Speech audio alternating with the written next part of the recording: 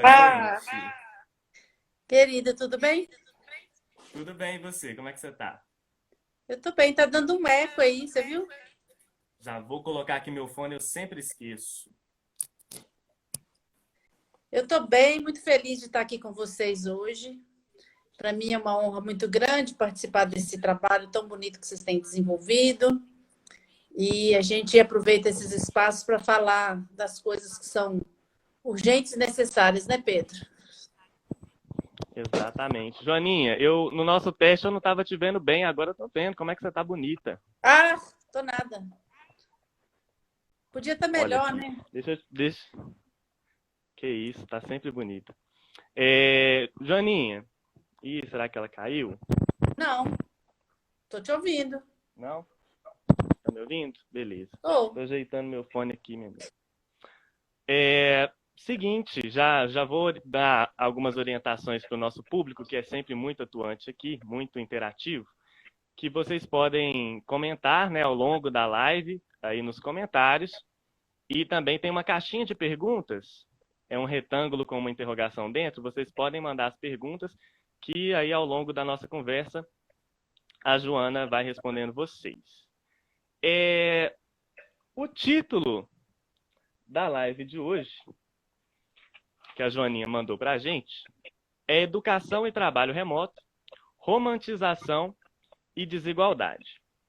Aí, Joaninha, eu estava hoje zapeando pela internet e me deparei com a seguinte notícia. E eu fiz questão até de imprimir a notícia. Não sei se vocês conseguem enxergar, mas é o seguinte: a notícia é essa. Professora ensina matemática nos azulejos da cozinha e mostra que a educação é sempre possível. Ideia surgiu como alternativa ao quadro tradicional durante as aulas pela internet. Ela é professora no Colégio Estadual de São Francisco de Itabapoana, no Norte Fluminense, e leciona há 22 anos. Eu acho, Joaninha, suspeito que isso tem muito a ver com nossa conversa de hoje, principalmente Ai, quando a gente fala em Jesus. romantização da educação, né? Olha, pode falar já? Pode. São tantas coisas que a gente pode falar a partir dessa notícia, né? E a primeira coisa, assim, a primeira não, mas uma coisa que me veio aqui agora é o seguinte: o filho do príncipe Charles estuda com uma professora que dá aula a partir dos azulejos da cozinha? Ou a filha da Xuxa? Ou os descendentes do Roberto Marinho? Ou o neto do Trump? Não sei se o Trump tem neto, não, tá? Essas pessoas estudam nessas Acho que não. condições? Primeira, né, uma pergunta, não é a primeira, né? Uma pergunta seria essa. E é bem sobre isso que a gente vai falar, sabe, Pedro? Porque isso aí, para mim, é romantização.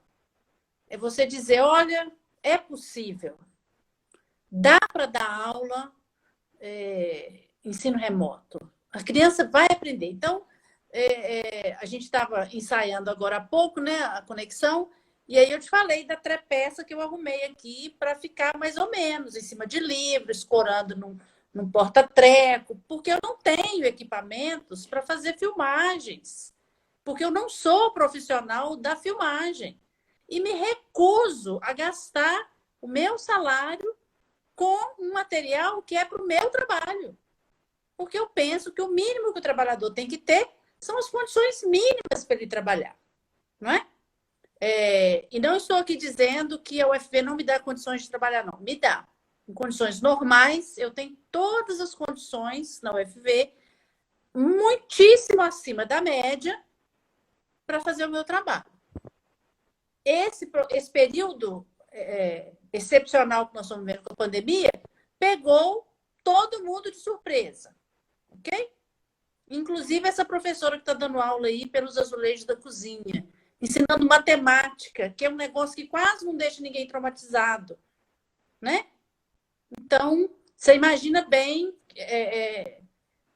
enfim, eu nem sei o que falar com uma notícia dessa, e vem estampado com notas com letras gigantes, né? Um jornal de grande circulação, ou seja, olha, você é professora que não está conseguindo dar sua aula, é porque você é muito ruim, porque essa professora aqui, lá de Bom Jesus da Popuana, que ela lá do Norte Ela é Fluminense, né? de... Isso. Do Norte São Fluminense. Francisco de... Isso mesmo. Essa professora conseguiu, você não está conseguindo porque você é incompetente. Né? E ainda gera um trauma, né? Numa cacetada, ela já bota um monte de gente doente, porque o professor que não está conseguindo vai lá e vai falar, a culpa é minha. Mas vamos começar, para a gente dar conta desse assunto, vamos começar entendendo que mundo que a gente vive, né? E eu gosto sempre de falar, Pedro, que o meu princípio básico é que a educação é um direito e deve ser pública, e gratuita e de qualidade socialmente referenciada para todos. É daí que eu parto, ok? Educação não é mercadoria, educação não tem que ser privada e a educação tem que ser ofertada em condições...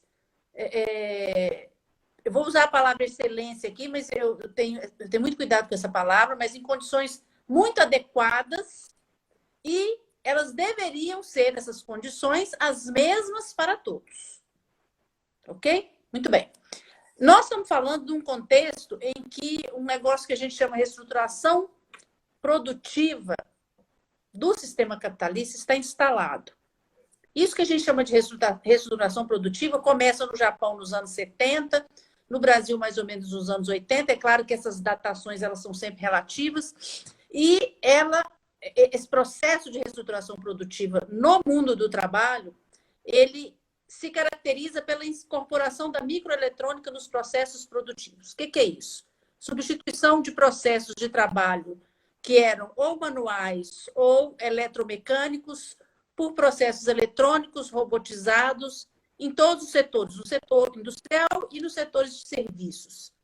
Essa adequação, essa alteração na forma de se produzir as coisas e na forma de se produzir os serviços, de se ofertar os serviços, ela vem gerar uma transferência de responsabilidade do trabalho para o usuário, entre outras coisas. Como?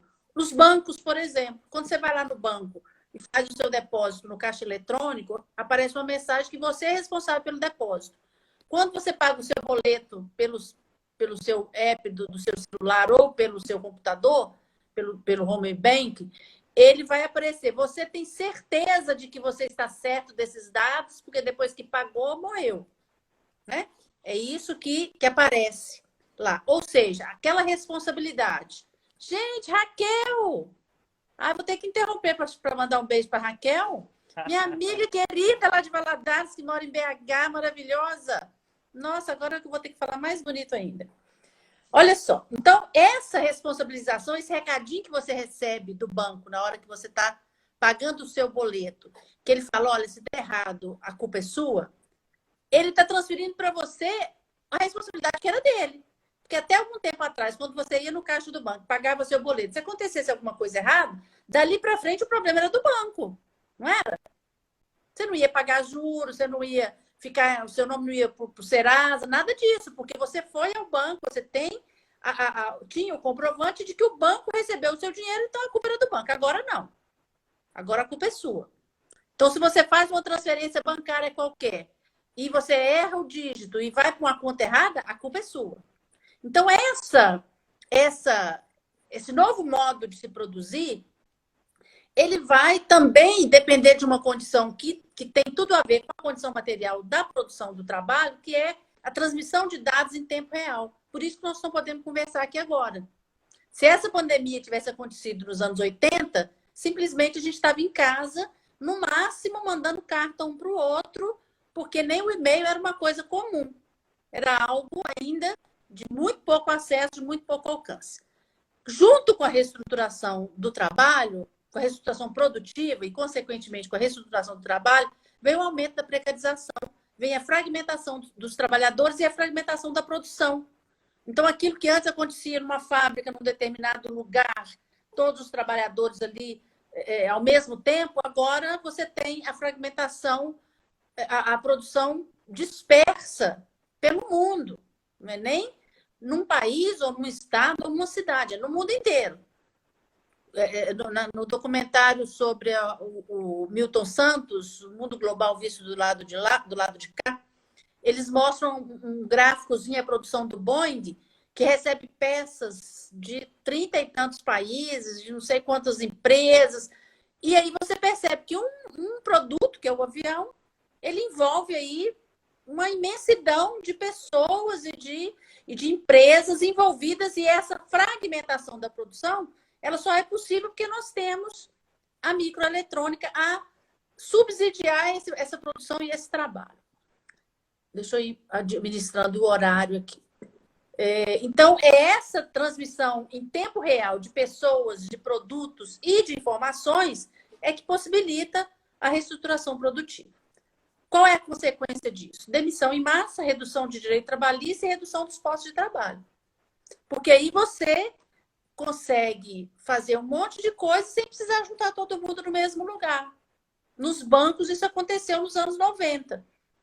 Com a incorporação de caixas eletrônicos e mais adiante de compensação eletrônica, e mais adiante dos apps, né, ou dos home banks, você foi eliminando gente que não precisava mais. Então, aquele caixa que recebia o meu boleto lá, que eu tinha que ir lá pagar pessoalmente, eu não preciso dele mais. Eu vim embora de Valadares para cá, minha conta continua lá em Valadares. Eu não preciso ir ao banco, resolver nada. Nem um telefonema eu dou para o banco. Então, aquela pessoa que existia lá para me atender, ela é dispensável. Porque o serviço, ainda que exija alguém na retaguarda, é muito pouco.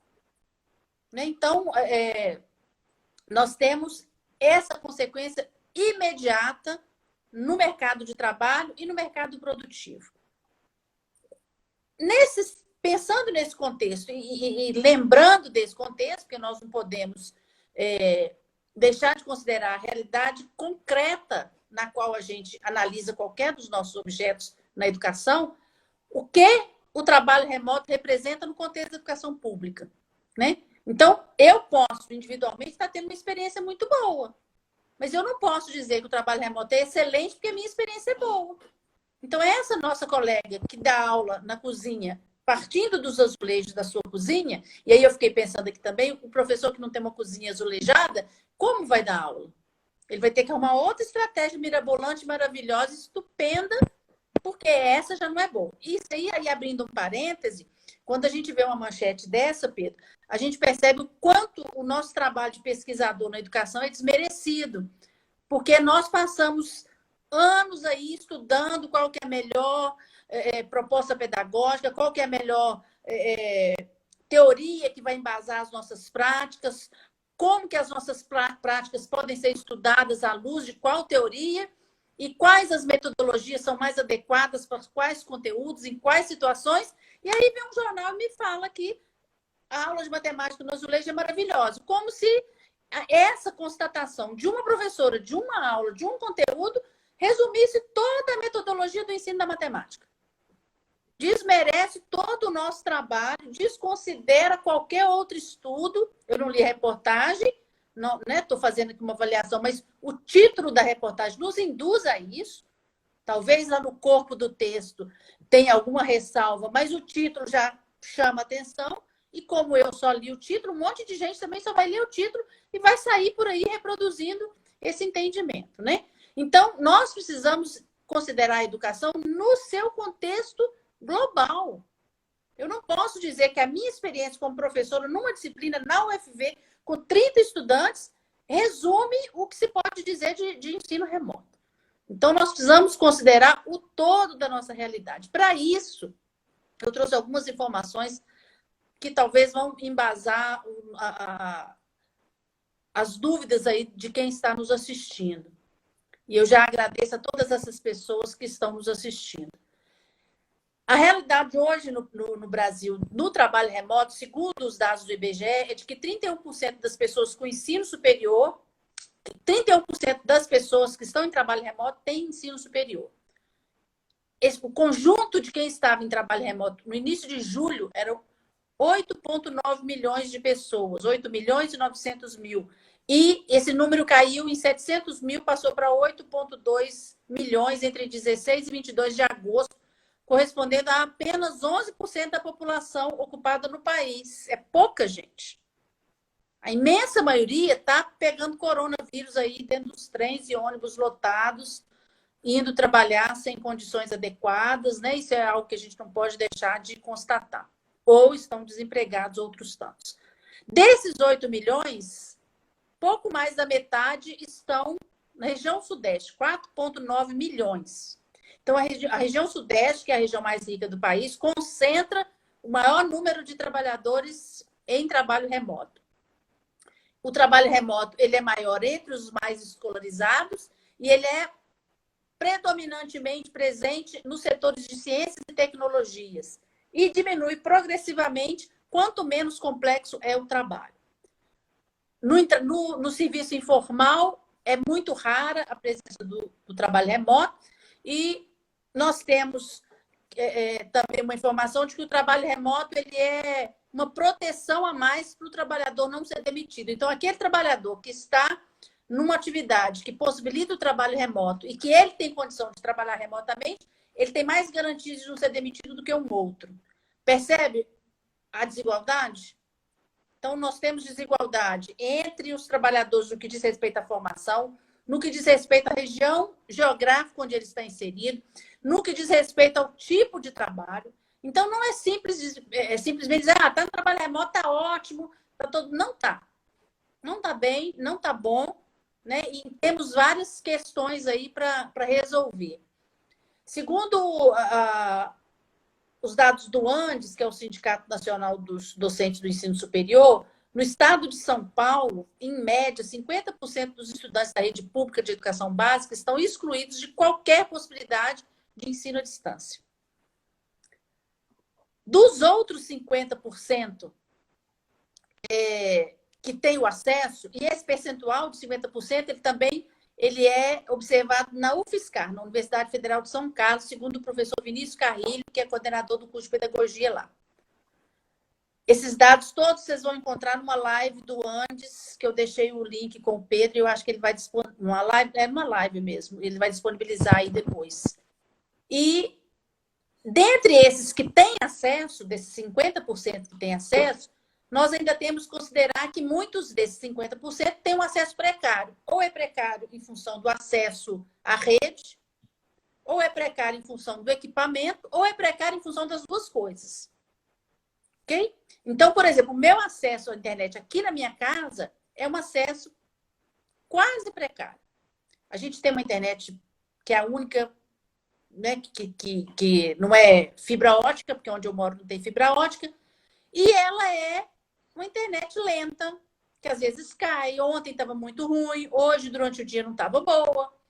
E eu estou aqui agora pegando com todos os anjos que eu conheço e com aqueles que ainda têm paciência de andar atrás de mim para a internet não cair durante a live. Percebe? Então, nós precisamos de contar com os anjos para a gente ter o trabalho remoto. Porque nós não temos uma internet maravilhosa, nem boa para todo mundo. E eu tenho equipamento, eu tenho dinheiro para pagar a conta da operadora, mas eu não tenho a operadora, porque o serviço da operadora onde eu moro não é bom. Percebe? Então, você imagina que outro dia alguém me falou assim, minha aluna está fazendo um TCC no celular. Gente, como que se faz um TCC no celular? Mas é possível, é claro, é impossível, é Deus pecar. É possível, tem o Word no celular, tem o app que produz o texto. Agora, olha que condição é essa. Eu posso dizer que isso é uma condição adequada? Aqui em Minas, né? Saiu notícia de alunos que moram em zona rural que tinham que andar quilômetros para pegar sinal de internet, né? Sim, eu ouvi alunos falando que estavam isolados em casa, com distanciamento, e voltaram para Florestal. Isso no programa da UFV, sobre avaliação sobre o PEL. O rapaz estava na casa dele e ele começou a entrar em pânico, porque ele não estava dando conta de fazer as disciplinas, e ele voltou para Florestal. para poder ter acesso decente, que em Florestal o acesso dele era melhor do que na cidade dele. Isso está acontecendo aqui em Santos também. Então, esse é um problema do trabalho remoto. Acesso. Né? Não tem. Tem estudantes que, na rede estadual de Minas Gerais que estão recebendo cópias, fotocópia de material impresso, porque não tem celular, não tem acesso nenhum. Então, está recebendo, né, o professor vai lá, tira as cópias e encaminha para os estudantes. Na rede pública de São Paulo, eu vi uma informação outro dia de uma representante da APOESP que muitos estudantes não iam receber o material porque eles não tinham o endereço do estudante. Porque o estudante não mora, não tem uma casa, ou mora num aglomerado que não tem como correr e chegar lá porque não tem endereço. Essa é a realidade concreta que a gente tem. Ah, mas tem muita gente que está conseguindo dar aula. Ok, mas educação não se faz com muita gente, a educação se faz com todo mundo, né? Bom, uma professora que é da diretoria do ANDES, professora Eblin Farage, ela também destaca que nas universidades há muita confusão entre o trabalho docente e dar aula. O nosso trabalho docente não é dar aula exclusivamente. Nós damos aula, nós fazemos pesquisa, nós fazemos extensão, nós participamos da gestão da universidade, nós temos outras atividades, como essa que eu estou fazendo aqui agora. Aqui é meu trabalho, e não é aula. E é importante. E nós não podemos ranquear, a aula é a nossa atividade principal, porque nós somos professores. Mas eu não posso dizer que uma coisa é muito melhor do que a não. Porque senão eu desmereço a pesquisa, eu desmereço a extensão, eu desmereço a administração da universidade. E nós estamos trabalhando esse tempo todo. E se a gente não tomar cuidado, a gente trabalha mais. E por que eu falo de tomar cuidado? Porque senão a gente vai adoecer. Assim como muitos colegas têm adoecido. Né? Então, essa professora ela nos lembra isso, que o trabalho docente não é só a aula. Então, quando eu estabeleço uma relação de ensino remotamente, ok, está tudo resolvido? Não, porque não é só isso. Então, essa relação de ensino, ela vem complementar outras, né? E daí vem outra coisa também, que há pessoas que dizem, então vocês estão à toa esse tempo todo. Não estamos à toa, muito pelo contrário, né? Até porque o cuidado com os estudantes que estão afastados pela pandemia, muitos de nós têm tido a Lília, por exemplo, que você citou, tem tido um trabalho gigantesco na prevenção do adoecimento desses estudantes. Que isso sim é prioridade nesse momento. Nós estamos vivendo um momento de pandemia, um momento grave, e é preciso fazer com que as pessoas não adoeçam. A Lília, o Henrique, toda a equipe deles tem feito um trabalho brilhante. E não é aula. Então, por que no período remoto não tem que ter só aula? Tem que pensar nisso. Bom, na educação básica, vamos pensar em professores de educação básica, os problemas, eles são, então, muito maiores, talvez, do que os nossos no ensino superior. Um deles, eu vou citar pouquíssimos aqui, porque a lista é gigantesca, né? Então, além de problemas de conexão, de condições materiais e da própria formação docente para fazer o trabalho remoto, porque muitos professores ficam em pânico quando pensam que vão ter que fazer uma aula gravada ou simplesmente quando vão fazer uma aula com a mediação do Meet ou de uma outra plataforma.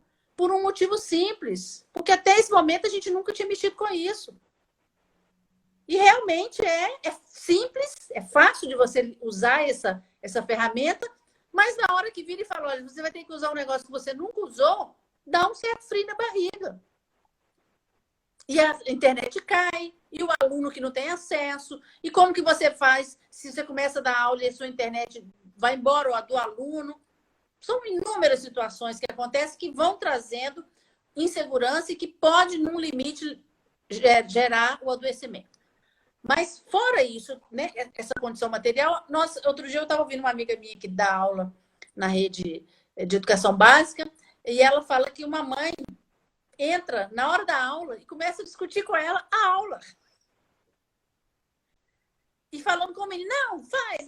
Ou seja, pensa, gente, o que é isso? Olha a situação que o professor está, dele ter que discutir com o professor, com o familiar na hora da aula. Aí como é que você fala com a mãe? Sai da sala, que a aula não é para você? Lógico que não, né? Mas olha a delicadeza dessa situação que os professores têm vivido. O contexto familiar. Nós temos doença, nós temos pandemia, nós temos desemprego, nós temos violência doméstica, tudo dentro de casa, no isolamento. E a criança tendo que fazer aula, criança ou adolescente, né? Nós temos dificuldade dos responsáveis para orientar as atividades acadêmicas. Quem tem filho em idade escolar, em estudo remoto, sabe o problema que é. Se você tem condição de ensinar, menos mal. E eu digo menos mal por quê? Só quem já ensinou dever para filho sabe como que é essa tarefa. Porque aí não é o professor e o aluno, é o pai e a mãe, é o pai e o filho, a mãe e o filho. Todos os conflitos dessa relação vão para a relação dever de casa. Aí você imagina isso, que não é um dever de casa, é o ensino do conteúdo numa família em que não há alfabetização. Nós tínhamos no Brasil em 2018, esse número não mudou muito, 11,3 milhões de pessoas analfabetas com 15 ou mais anos de idade. 15 anos ou mais de idade. Ou seja, esse povo todo tem criança e jovem dentro de casa fazendo ensino remoto por internet ou por papel. Quem que vai orientar essa criança? Como que ela vai tirar a dúvida? Como que esse conteúdo depois vai ser contabilizado no currículo dessa criança? Bom, e para mim, eu não sei se é o maior, mas eu acho que é um problema gravíssimo, que é o risco da sobrevivência, a pandemia e o aumento do desemprego. Quantas famílias estão convivendo com esse risco diariamente, tendo que administrar crianças estudando em casa? E, detalhe, em casas que não são, porque a imensa maioria dos domicílios do país não tem espaço para estudo. Porque são casas muito pequenas, onde vive no mínimo 4, 5 pessoas, e não existe um escritório, como eu tenho. Não existe a bancadinha no quarto para estudar, como os meus filhos têm. Que ele pode fechar a porta e lá tem a bancada, a iluminação, o computador. Não, não tem. Isso é o ensino remoto hoje no Brasil. Mas aí tem um outro problema que vem junto, que é o risco da privatização. O risco da privatização, ele existe, ele está posto no nosso horizonte desde os anos 90, com os documentos do Banco Mundial que dizem que é preciso usar as tecnologias da informação para o ensino médio e até para o ensino fundamental, porque como é que vai fazer com o menino que está lá na roça? Isso está lá no documento do Banco Mundial, tá? E do BID. Como é que nós vamos fazer com quem está na EJA, né? E EJA, para eles, é a partir dos 18 anos. Nós não estamos falando da pessoa de 50 que não estudou, não. Que, aliás, é bom que se lembre que, a partir de 1996, com a LDB, o ensino fundamental e, posteriormente, o ensino médio passam a ser obrigatórios. De lá para cá, o número de adultos sem alfabetização ou com baixa escolarização só aumenta. Então, ao invés da gente diminuir o número das pessoas que precisariam da educação de jovens e adultos, esse número ele vai se aumentando com o tempo. Então, a nossa educação não tem cumprido efetivamente esse papel, especialmente no ensino médio. Ok? Então, essa educação remota, ou à distância, seja lá que nome que a gente dê, não estou dizendo que é a mesma coisa, mas as duas coisas andam muito próximas uma da outra. As organizações internacionais elas têm acenado com essa alternativa e com a educação como mercadoria, a educação sendo ofertada pela iniciativa privada. Os documentos do Banco Mundial vão dizer que o ensino médio deve ser privado, que o ensino superior tem que ser privado. Por isso, nós sofremos ataques diariamente e agora mais ainda, recebemos 17% de corte no financiamento do ano que vem para as universidades públicas. Temos aí algumas dezenas de institutos federais em vias de não poderem funcionar o ano que vem em função desse corte. Nós estamos com esse barulho aí no nosso ouvido desde segunda-feira, se não me engano. E aí, essa é a porta larga que se abre para a privatização. Por quê?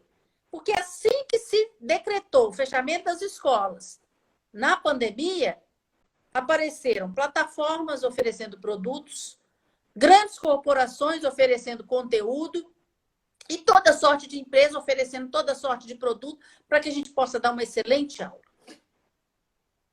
a partir dos azulejos da cozinha.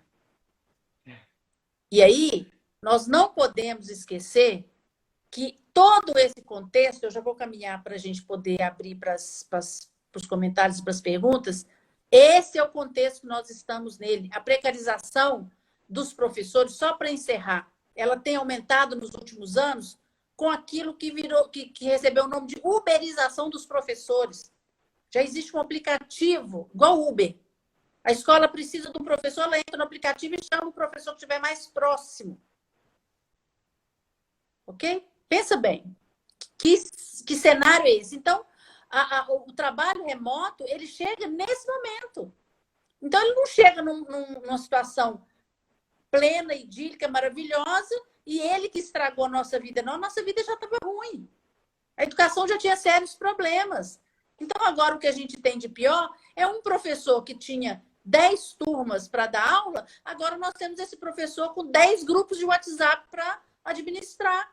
Mas ele com 10 turmas já não estava bom também, não. Porque uma turma de 40 não é uma coisa boa. Nem no ensino médio, nem no ensino superior não é. E aí, o que a gente precisa é de pensar qual que é a possibilidade nesse momento. Né? Eu vou pular lá para o final, Pedro, porque eu acho que tem questões aí. Né? Então, assim, se alguém me perguntar, mas qual que é a alternativa agora? Não tenho. Porque nós somos pegos de surpresa. Agora, nós temos um trabalho, que esse sim é urgente. Qual que é o trabalho urgente? É pensar numa outra educação, porque a pandemia não vai acabar. E se essa acabar, vai vir outra. Os cientistas, os pesquisadores já estão anunciando que nós não teremos só essa pandemia, né? Então, o risco de outras pandemias aparecerem é muito grande. Então, nós precisamos saber que educação que a gente quer daqui para frente. Nós precisamos saber como que nós vamos lutar, porque isso é o que nós temos de objetivo, a necessidade urgente da luta por uma outra educação, por uma outra sociedade. E se a gente ficar romantizando o ensino remoto, nós vamos daqui a pouco ter outra pandemia pior do que essa, com condições piores ainda. O que a gente precisava ter tido nesse momento? Não chip de celular para o estudante ter acesso, mas internet boa para todo mundo. Não dá para fazer cabeamento, não dá. Para todo mundo, mas nós precisamos começar a fazer o cabeamento. Ontem, eu perguntei a uma amiga, colega do Lucas, que mora na Itália, né? Eu, ingenuamente, pensando que na Itália é igual aqui, falei, como é que está o acesso aí? Não, o acesso está normal. Falei, mas e o acesso à internet? O estudo remoto estava normal, e o acesso à internet?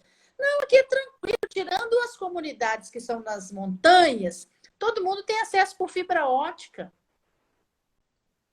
Falei, tá bom, tchau. Depois a gente conversa. E as comunidades que estão nas montanhas têm uma internet boa, cabeada e boa. Entendeu? Então é disso que eu estou dizendo. Nós precisamos pensar o que a gente tem que fazer, por onde que nós vamos começar essa luta, para que a gente não tenha a educação como uma mercadoria e como uma mercadoria barata. E você sabe quem que compra mercadoria barata, né? Então, assim como um sapato, um carro, uma calça jeans, aquele que tem menos condição compra o mais barato. O que tem mais condição vai comprar o de melhor qualidade. Vamos lá, Pedro, tem pergunta aí para nós, para a gente não ficar falando sozinha? Pois é, eu vou abrir aqui para as perguntas já. Já está aberto, né? Vocês podem colocar na caixinha de perguntas ou nos comentários mesmo. Tem um comentário aqui, ó. Internet como política pública se tornou um recurso essencial. E aí, Joaninha, você, ao longo da sua fala, né? A gente, na verdade, né, pegando esse comentário, pensando em política pública, né? A gente tem um ministro da Educação sim, a gente tem um ministro da Educação, embora, né, pareça que não.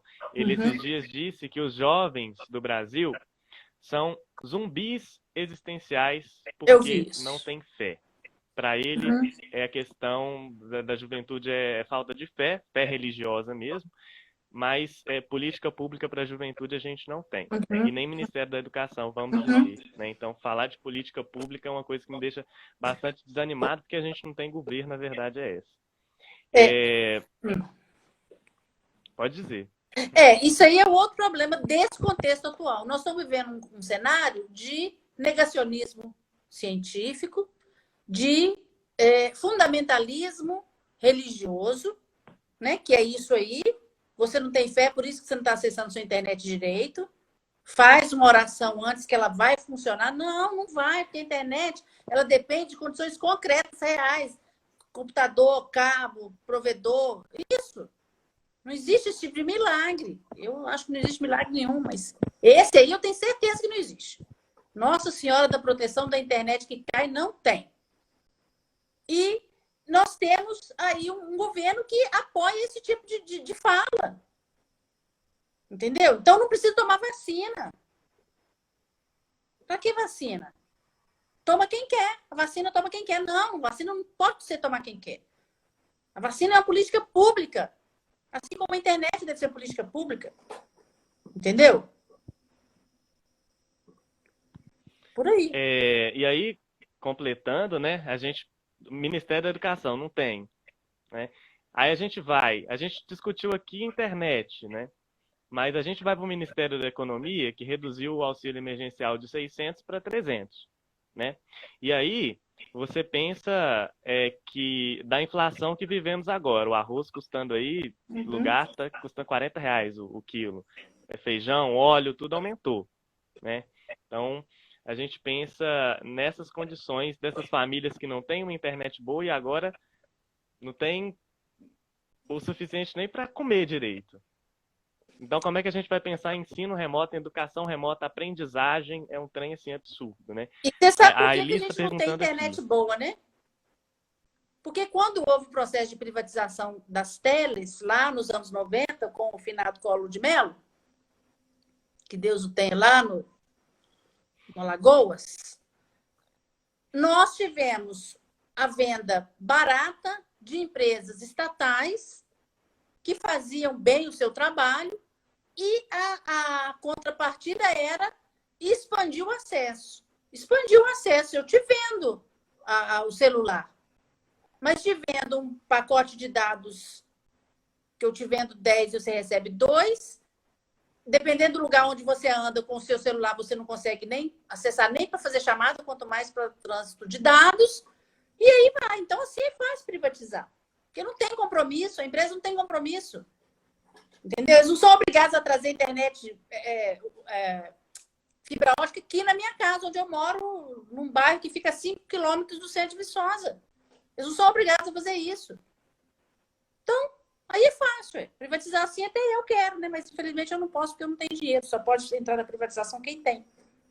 O que mais? A Elis está perguntando aqui que ela não leu a matéria que eu apresentei no início, né? Mas será que essa abordagem de se ensinar em azulejo não é para demonstrar o esforço do professor? Elis, um beijo para você. Olha, pode até ser, mas é um desserviço. Pode até ser. Mas nós não queremos que o professor continue sempre sendo enaltecido pelo esforço que ele faz para superar toda a adversidade para dar aula, não. Isso devia ser uma denúncia e não um estímulo ou qualquer outra coisa. Nós não temos que ter professores que dependem da sua criatividade para conseguir parcos resultados. Entende? Um beijo grande para você, Elis. Os resultados, eles não devem vir desse esforço individual. Aí o aluno que tem um professor que não dá conta de fazer esse esforço por algum motivo, ele vai ficar sem aprender. E quem garante que essa criança aprendeu do outro lado? Nós não fizemos pesquisa nenhuma para saber o nível desse aprendizado, o nível do envolvimento. Não deu tempo de fazer essa pesquisa. A educação não pode ser feita com base no voluntarismo, na dedicação individual, no esforço que eu faço. Não, educação é política pública. Equivale você chegar no hospital, e aí eu mando um beijo para um querido meu que entrou aqui na live, o Vitor, que é médico lindo, maravilhoso, lá em Brasília. Olha como é que a gente está indo longe. E aí, se o Vitor se esforçar para me atender, eu vou ser bem atendida. Como ele me conhece, talvez ele vai me atender bem. Mas se no outro dia ele não tiver a fim de se esforçar, não é assim que se faz.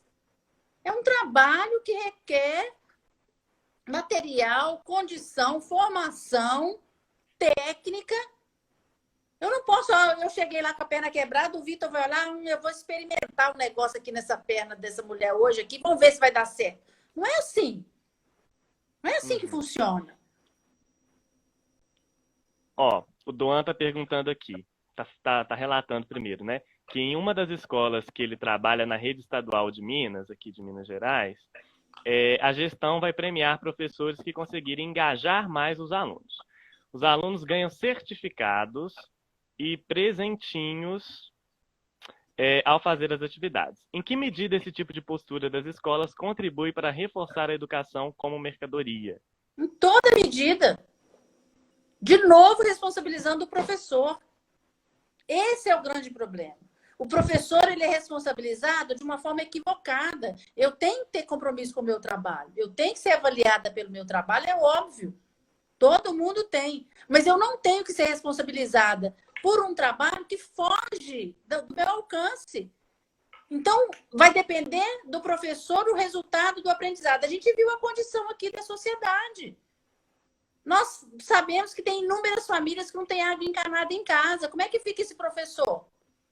Que dá aula para esse menino que não tem banheiro em casa, que não tem água encanada, que não tem nada. Aí ele vai ser penalizado. E aí vamos lembrar da professora Maria Abadia Silva, lá da UNB, que trabalha o conceito de educação, de qualidade socialmente referenciada da educação. É isso. Aí eu estou dando aula para uma turma de meninos que moram numa região boa da cidade, que tem pais com uma certa condição, eles vão melhor. Agora, aquele menino lá que está numa condição completamente adversa, o que vai ser feito dele? E aí a culpa é do professor. Não posso responsabilizar o professor nessas condições.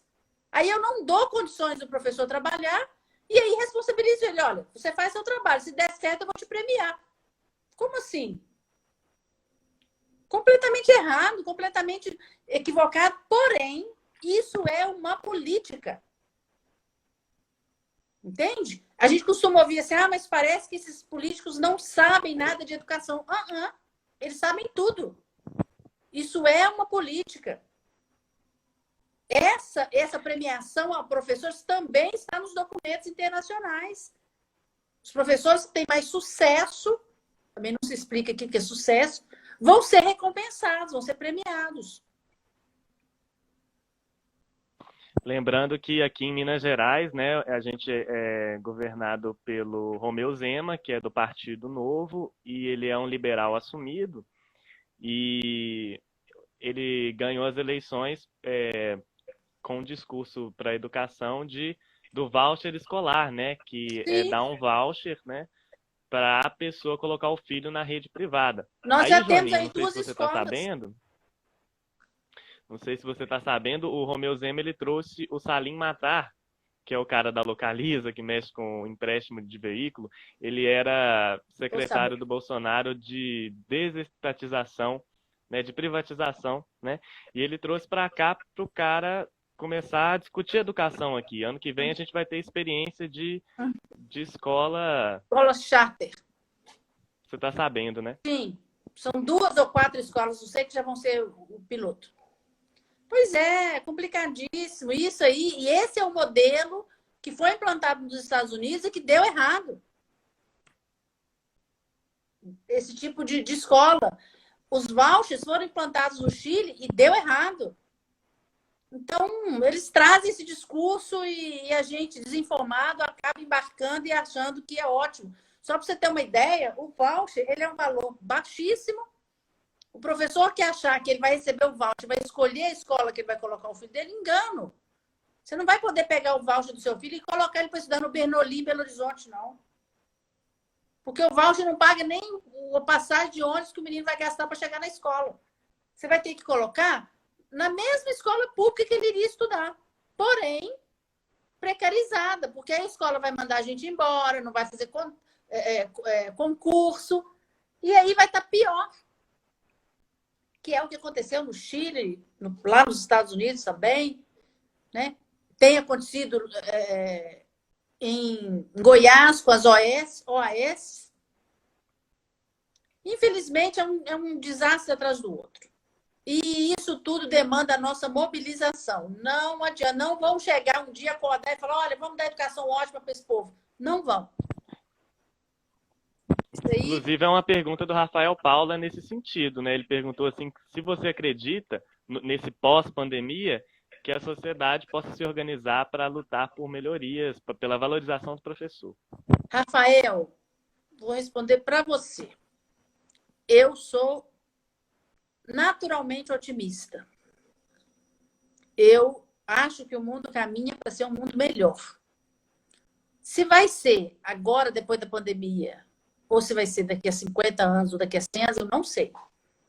Eu não vejo muita mobilização ou não vejo nenhuma mobilização. Não tenho visto. Então, penso que esse tempo de solidariedade, e solidariedade que eu falo aqui, não é aquela solidariedade que eu dou uma cesta básica para a família que está passando fome agora, não. Não, isso aí é caridade material. Um tempo de solidariedade é aquele tempo em que eu reconheço no outro um igual. E vou fazer por ele tudo que ele precisa para ele ter as mesmas condições. Esse tempo é o tempo que eu acredito que virá. Mas nós precisamos, ele não virá do céu. Não vai ser Jesus que vai voltar na terra e vai falar, vamos bater uma varinha, vai mudar tudo, ficar tudo. Não, tem que ter esforço nosso. E nós precisamos nos organizar. Enquanto o capital for aquele que dita as normas, nós não teremos nada que a gente quer. Porque nós somos trabalhadores e eles não vão nos dar. Não vão nos dar condição de trabalho, não vão nos dar moradia. E quando a gente vê alguém falando, olha, o trabalhador tem direito à moradia, como que alguém pode ser contrário a isso? Mas nós temos gente que é contrária a isso. Essa política genocida que a gente está vendo nesse governo, ela é a política para quê? Para matar os mais pobres, os mais fracos. É isso. Então morre sem casa, morre sem comida, morre sem trabalho, morre pegando fogo. Não tem problema. E eu não posso ficar encastelada no meu local de trabalho maravilhoso, que é o UFV. Rejane, querida, um beijo para você. Acabou de entrar. E achar que o resto do mundo que se exploda. Não. Vai bater na minha porta essa miséria, não demora. Então, nem que seja por isso, eu tenho que me preocupar com o outro. E aí, Rafael, eu penso que nós estamos atrasados nessa luta. Nós precisamos entender que educação não é mercadoria. Saúde não é mercadoria. Isso é responsabilidade do Estado. E nós estamos vendo agora que quem está querendo que a escola volte a qualquer custo? A rede privada. Por quê? Porque a rede privada precisa da mensalidade para pagar os professores de seus encargos, não quer mexer, né, as grandes redes e as grandes escolas, porque escola pequena às vezes não tem nem recurso para isso. Mas escolas que têm seus fundos, seus recursos para bancar esse período, mas não querem. Por quê? Porque ela precisa do lucro. Ela é uma empresa. O Estado não é uma empresa. Então, o Estado pode esperar o momento adequado para voltar. E dar condição ao estudante dele continuar remotamente da forma como o momento e o contexto nos permite. Por isso, a educação não pode ser mercadoria nunca. Porque o professor que foi contratado no início de março para ser substituto numa escola privada, hoje ele está no olho da rua. Porque não tem aula para dar, por que eu vou ficar pagando? E aí, manda embora. Assim como manda embora um monte de gente. O que o ensino à distância faz? A aula que eu dou para 60 alunos numa sala da UFV do ensino privado, ela pode ser replicada para 1.200, 3.000, 4.000, 5.000, 200.000. Eu gravo a aula e a aula fica aí pro resto da vida. Pronto. Só que não é isso. Educação não é isso. Educação não é aula gravada. Percebe? Então, nós precisamos, acima de tudo, nos organizar urgentemente, porque nós estamos atrasados nessa luta. Mas precisamos, antes de começar a luta, convencer as pessoas que não têm acesso à educação e que não se acham no direito de ter, de que elas têm direito. Então, esse, para mim, é o trabalho mais difícil de ser realizado. A Amanda fez um relato muito interessante aqui. Ela disse que a professora que ensinou no Azulejo é colega dela lá na Secretaria Estadual de Educação do Rio de Janeiro. O tom do ensino remoto lá é o de precarização. Eles estão sendo responsabilizados, inclusive... perdi aqui. Eles estão sendo responsabilizados, inclusive, pelo não acesso dos alunos à plataforma. Pois é, veja bem. Aí, eu tenho lá minha turma de 30 estudantes na UFV. Alguns deles, por algum motivo, não conseguem acessar, ou não quer, ou não se dá bem com o ensino remoto, começa a fazer e acham... Porque é ruim, gente, entrar numa sala de videoconferência e não ver ninguém e ficar falando para a tela, porque não dá para todo mundo ligar a câmera e conversar, porque cai, porque a conexão é ruim por aquilo tudo que a gente já falou. Isso é difícil de administrar. Aí o aluno não dá conta disso. Ah, não, comecei a fazer, mas não gostei, vou cancelar a disciplina. Aí a professora Rejane vira para mim e fala: olha, Joana, você perdeu 5 alunos nesse semestre aí, nessa sua disciplina, não pode, você tem que dar um jeito de manter esses alunos. Ué, isso não existe. Como que eu vou ser responsabilizada? Se eu não posso ser responsabilizada pelo aluno presencialmente, se a família dele é a responsável por mantê-lo na escola, não é isso que o Estatuto da Criança e do Adolescente fala? Que a responsabilidade é dos responsáveis pela matrícula do estudante na educação básica. Aí isso vira a responsabilidade do professor? Claro que não. Equívoco total. E aí precisamos... Joaninha, nós estamos no finalzinho. Você acredita? Mas tem uma pergunta interessantíssima aqui. Talvez a gente encerre com ela. Está dizendo aqui: Joana, você reconhece o individualismo proposto pelo neoliberalismo atual na nossa dificuldade de fazer uma mobilização coletiva? Como que a gente luta contra o status quo quando ele está tão entranhado? Nossa, mãe, olha o que o povo pergunta. Eu não sei. Matando uma meia dúzia, dando pedrada nos outros, não sei. Tem hora que dá vontade de fazer isso, não dá, mas é claro que não vou matar ninguém, né, gente? Matar não é o caminho. Apesar da gente, às vezes, a gente ter umas certas vontades aí que a gente não pode nem contar para os outros. Olha, é um trabalho de construção de consciência de classe. Não é um trabalho simples. E é um trabalho que muitos partidos, inclusive, eu acho o Partido dos Trabalhadores, inclusive, deixou passar. E aí nós não temos essa consciência de que somos uma classe trabalhadora.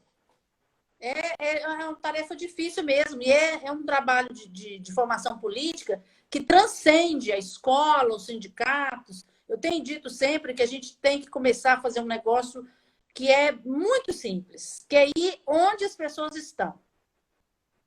Nas praças, nas portas das casas. Trabalho de base. E começar a conversar com essas pessoas, dizer para elas que a escola é importante, que a participação política é importante, né? Porque a gente... João Maia, eu vi a sua pergunta aqui, vamos ver se eu não conseguir responder, você me procura no privado que a gente conversa. A gente tem visto... a gente vê aqui em Viçosa pessoas dizendo que a UFV não é para ela. E aí a pessoa nem faz o Enem. E a pessoa nem entra no campus. Acho que todos nós aqui em Viçosa já ouvimos pelo menos uma vez alguém dizer que não entra na UFV porque acha que tem que pagar. E a UFV não tem portão, para quem não conhece Viçosa. Você já pensou o que é um lugar que não tem portão? A pessoa fica impedida de entrar porque ela acha que aquele lugar não é dela? Então, nós temos que fazer um trabalho muito grande de conscientização do direito à educação, do direito ao trabalho, do direito à moradia, enfim, e politização, né?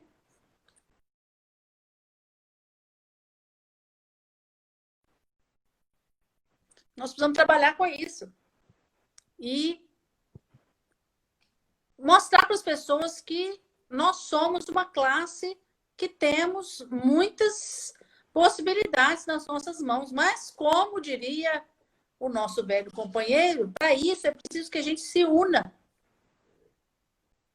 Nós, trabalhadores, precisamos nos unir. Não tem outro jeito. O trabalhador sozinho, isolado, individualmente, individualizado, individualista, não vai chegar a lugar nenhum. E aquele que pensa que está tranquilo, que está seguro, está mais enganado do que todos os outros.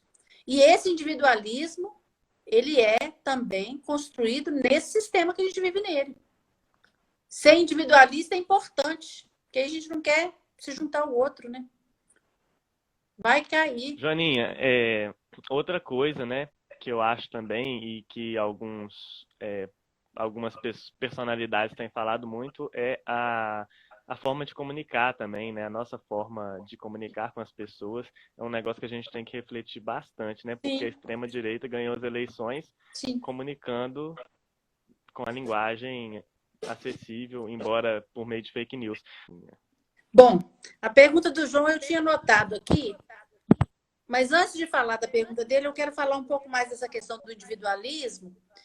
A meritocracia tem tudo a ver com isso, né? Que é a gente, cada um por si. Tá dando eco. Para mim tá ruim, eu não sei para vocês. Uai, eu tô com fone aqui, menina. Deixa eu ver. Alguém fala aí se está aparecendo eco para vocês, porque se for só para mim não tem problema não. E aí, acho que sumiu, acho que melhorou. Tá dando também, Amber? Tá. E agora? Parou? Deu certo? Vamos lá. Melhorou não. Mas não está atrapalhando, vamos embora. Olha só. Esse individualismo, então, ele é aquela competição que tem que ter, que eu tenho que ser melhor. Né? Então, por exemplo, só para dar um exemplo de como que isso é terrível, a CAPES, ela faz uma pontuação, né, dos programas de pós-graduação e faz um ranqueamento entre os professores através da quantidade de publicação e tal. Então, quando vem esse é o último modelo que está posto pelo CNPq, não sei se isso vai vingar, tomara que não, que nós não teremos mais cotas de bolsas na pós-graduação por programa. Então, o nosso programa tinha 20 e poucas bolsas, não terá mais bolsa, nós estamos sem bolsa já né, desde o início do ano, e agora a gente precisa encaminhar projetos para o CNPq, e esses projetos é que serão avaliados para saber se vão ter bolsa, se vai ter bolsa ou não. O que conta? Publicação. A gente sabe qual que é a dificuldade para se publicar. E a gente sabe que nós não conseguimos, todos os professores de toda a pós-graduação do país, publicar. E aí, o que vai acontecer? Um vai engolir o outro, porque eu quero publicar, minha colega quer publicar, o outro quer publicar, e aí? Não existe nenhum tipo de ação solidária, nem para difundir o conhecimento, nem para produzir o conhecimento. Então, eu tenho um laboratório, eu vou querer que só o meu laboratório publique. Porque se o meu colega publicar também, alguém tem que ficar pior na história. Porque é um ranking.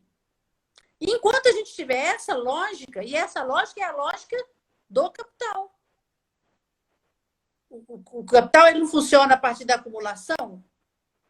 A acumulação não pressupõe divisão.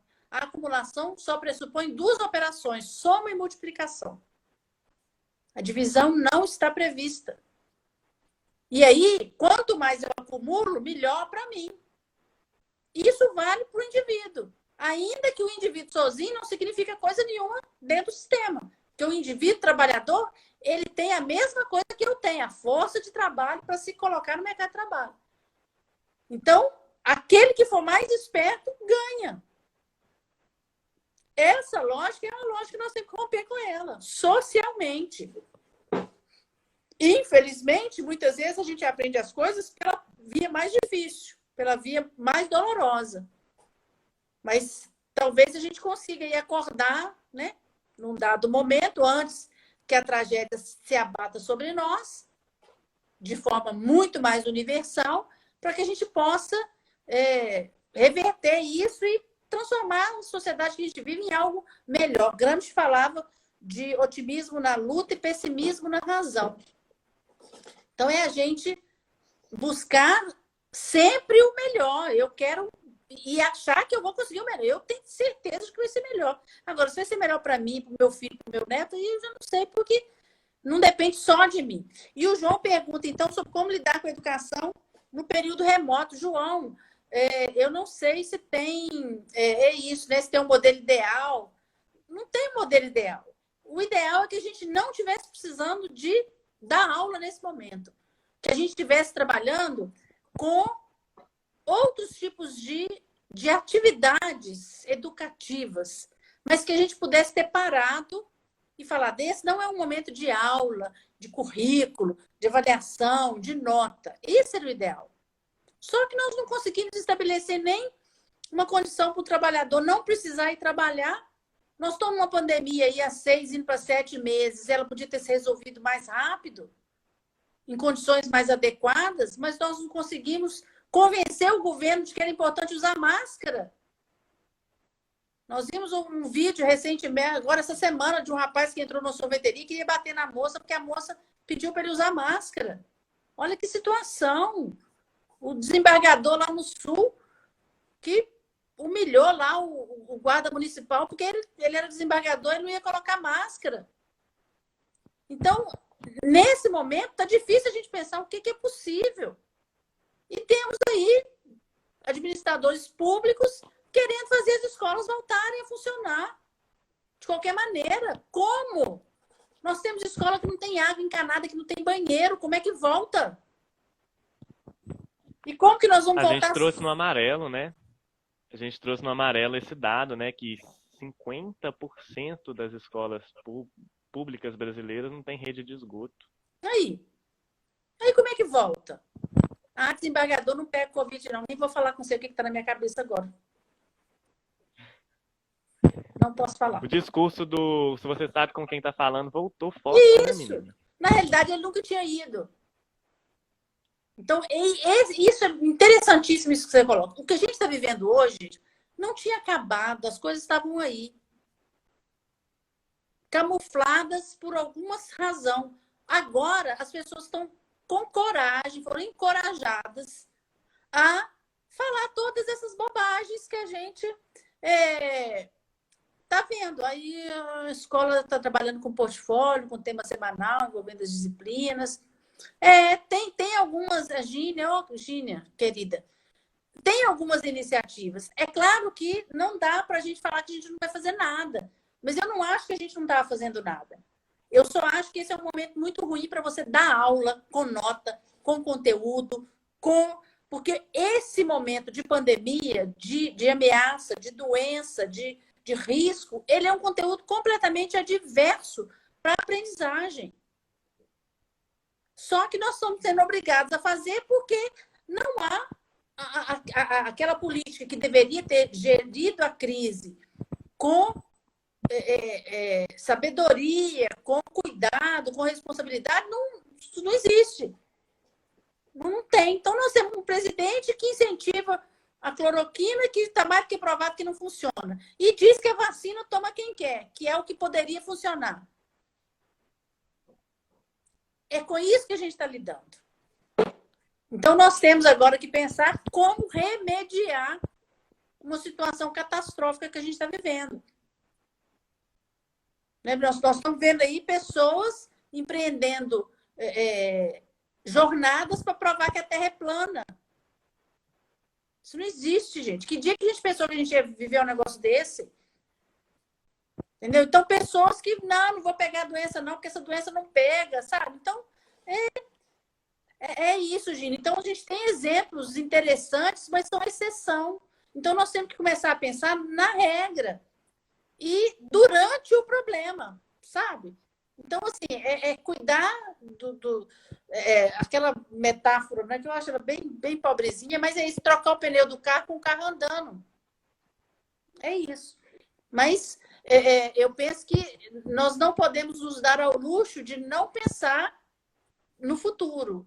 E o futuro não começa daqui a 2 dias, ele começa agora.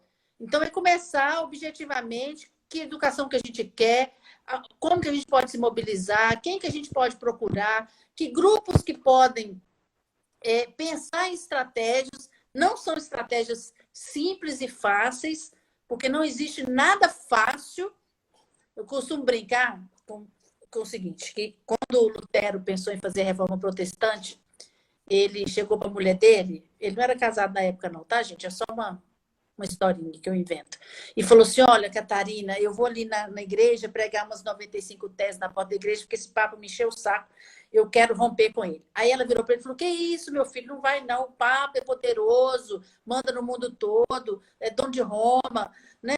Dono da igreja católica, você vai brigar com o Papa, briga com qualquer outra pessoa, mas não briga com o Papa, porque ele vai... Não, eu vou mesmo. E foi. E fez a reforma protestante. Foi fácil para o Lutero fazer a reforma protestante? Não foi. Joana d'Arc, minha xará, de quem eu tenho tanta honra de ter o mesmo nome. Vou ali participar de um exército com os caras para brigar com o rei da Inglaterra.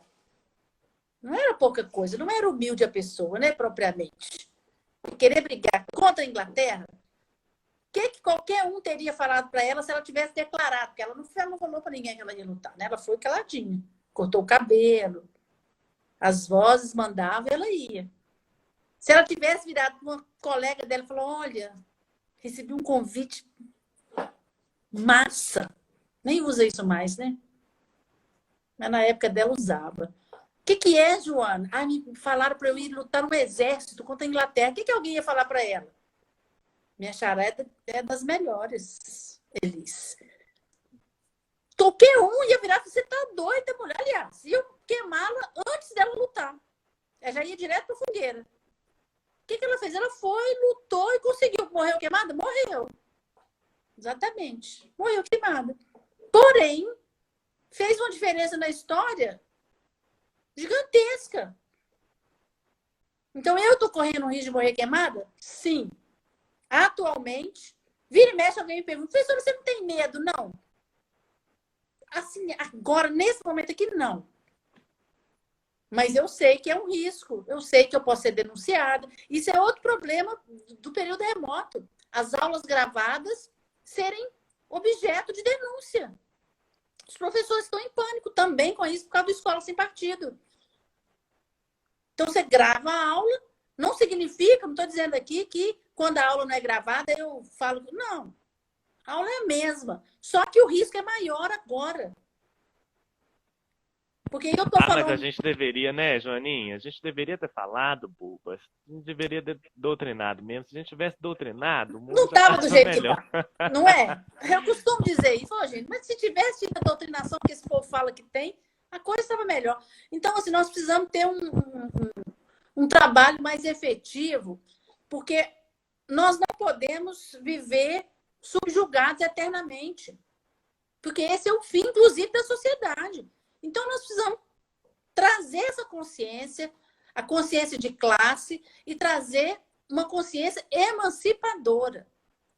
E é claro, algumas questões vão ser dolorosas. Não é, nenhuma luta é simples e fácil. Né? Nós vamos virar para o presidente e vamos falar, olha, nós queremos os 17% que o senhor tirou da educação, do orçamento da educação do ano que vem, devolva, por favor. E ele vai falar assim, tá bom, eu acho que vocês têm razão, esse setor está muito sacrificado, vou dar o dinheiro para eles de novo. Não vai. Ele está querendo privatizar tudo e se beneficiar e pronto. E por isso que o negócio chama luta. Senão chamaria férias. Entendeu? Mais perguntas? Perfeito, gente. Ou vamos encerrar? Perguntas. Aproveitar a Joaninha, senão a gente encaminha. Já falamos muito, né? Falamos coisa que precisa ser falada, né? Reiterada. Eu acho muito importante você falar de sonho, porque a gente tem uma política hoje que mata o sonho, mata o nosso ânimo, né? Sim. E a gente precisa sonhar, porque senão como é que a gente imagina um mundo melhor possível sem o sonho, né? Como é que a gente se mobiliza? São dois movimentos, Pedro, que a gente precisa saber que eles são fundamentais. Um é a minha ação individual. Eu, como professora, tenho que ser coerente com aquilo que eu falo. Então, eu preciso trabalhar de forma solidária, eu preciso trabalhar de forma justa, eu preciso ser honesta com os meus estudantes, eu preciso ajudar aqueles que estão perto de mim, no sentido de trazê-los para uma situação melhor, de colaborar na formação deles. Isso é um movimento. Então, é fundamental que essas ações, né, essa que a Gínia colocou aí lá do Espírito Santo, e outras ações que a gente vê individuais, até dessa professora aí do azulejo, são ações individuais que são importantes. Porque eu não posso cruzar meus braços e achar que o mundo vai melhorar com a revelia da minha ação. Porém, existe um outro movimento que é coletivo e é fundamental também. Sem esse movimento coletivo, também nós não chegaremos a lugar nenhum. Então, eu preciso me melhorar como pessoa para que eu possa, não uma coisa depois da outra, mas as duas coisas eu entendo que andam juntas. Para que coletivamente também, onde eu estou, possa ser um lugar melhor.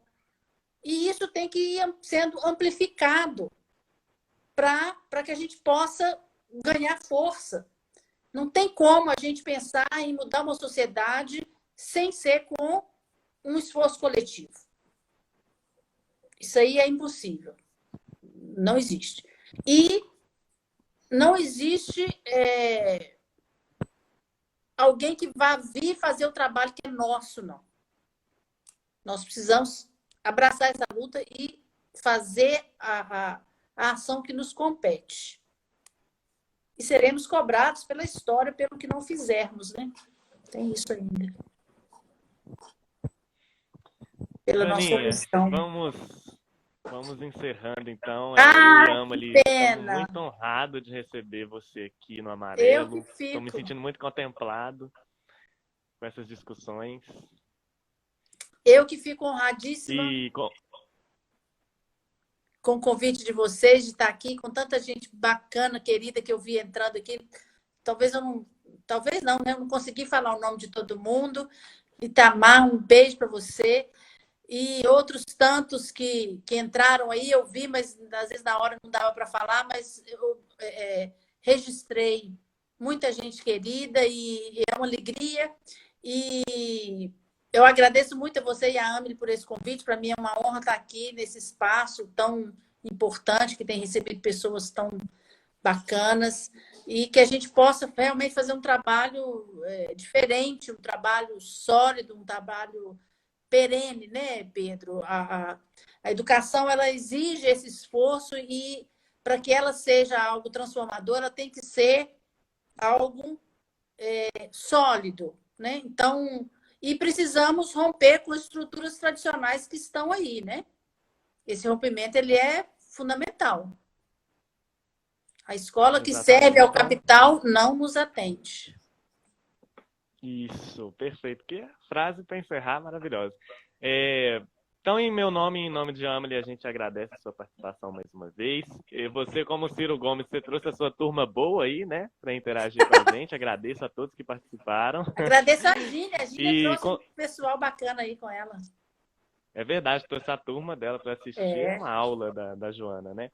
E convido todos vocês, né, para conhecer o Amarelo, os nossos conteúdos. Amanhã a gente posta as indicações que a Joaninha mandou sobre o tema que nós discutimos hoje. Então ela vai indicar aí uns vídeos, uns artigos, algumas coisas legais para quem quiser aprofundar no assunto. Então, boa noite. Ficamos por aqui. Boa noite. Quinta-feira tem mais live. E é isso. Até mais. Um beijo para todo mundo que está ouvindo. Obrigada. Tamo junto aí.